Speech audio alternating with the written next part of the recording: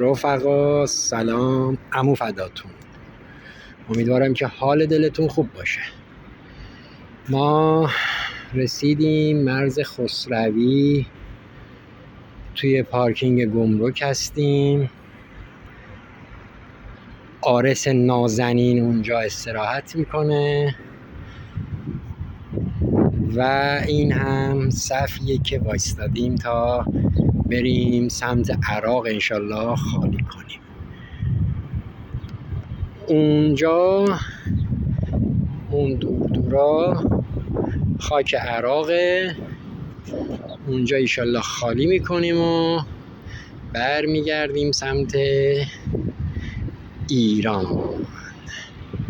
ماچ به کله هاتون، عمو فداتون. مراقب خودتون باشین، حتما لایک کنین و فالو کنین که عمو دیده بشه.